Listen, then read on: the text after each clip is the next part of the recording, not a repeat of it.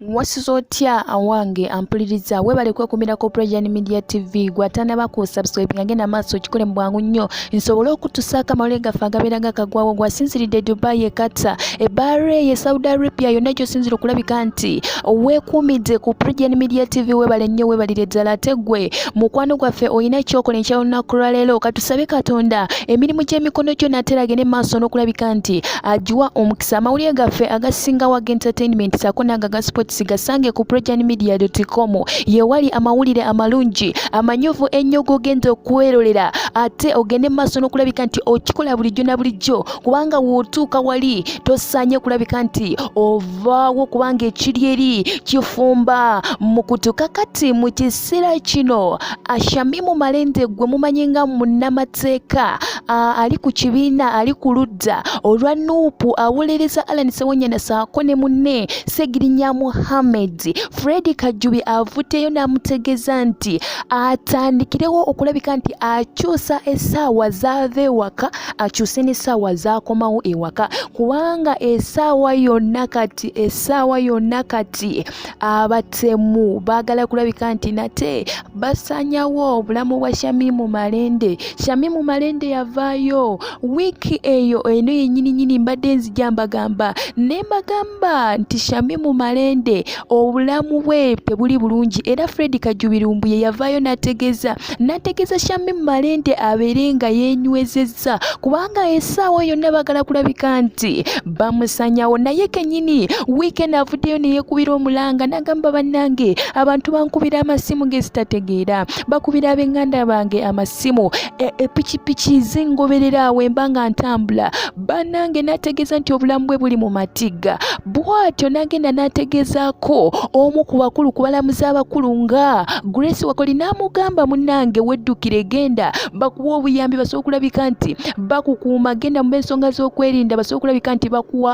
bakuteekako security oba bakuteekako ebyokwerinda ebiri ggulugulu naye ate Fred Lumbuye avuddeyo n'ategeeza nti Shamimu Malende essaawa yonna okuva kati akyuse essaawa z'akomerawo ewaka akyuse n'essaawa z'ava ewaka kubanga abatemu bo basazeewo bamugoberere ku lw'ensonga nti yagaana okulabika nti ava mu musango gwa Allan Ssewanyana ne Ssegirinya Mohammed bamugamba Shamimu omusango guno gwesonyiwe guveemu togubeeramu naye n'agaana kati essaawa zino bagenda kulabika nti bamutta ye yagamba nti nedda nze sigenda kulabika nti mba mu musango guno kubanga nze ndi munnamateeka waabwe nze nina okubabeererawo bwe sibabeererewo ani agenda obbabeererawo bwe siyimirire wamu ne Ssegirinya ne Allan Ssewanyana n'agenda oyimirira nabo n'olw'ensonga eyo n'agamba nze nedda sigenda kulabika nti omusango guno mala gaguwanika oba munkubira amasimu matya oba muŋŋamba muti oba muntiisatiisa nze omusango sigenda kulabika nti nguleka bw'atyo Fred Lumbuye bw'amutegeeza n'amugamba munnange kyusa essaawa ez'ova ewaka okyuse n'essaawa z'okomerawo kubanga Shamimu Malende bakuli bubi bakunoonya abatemu bakugoberera bagala kutta bagala kulabika nattera nga bagenda mu maaso n'omusaanyaawo bannange simanyi ki kigenda mu ggwanga lyettu Uganda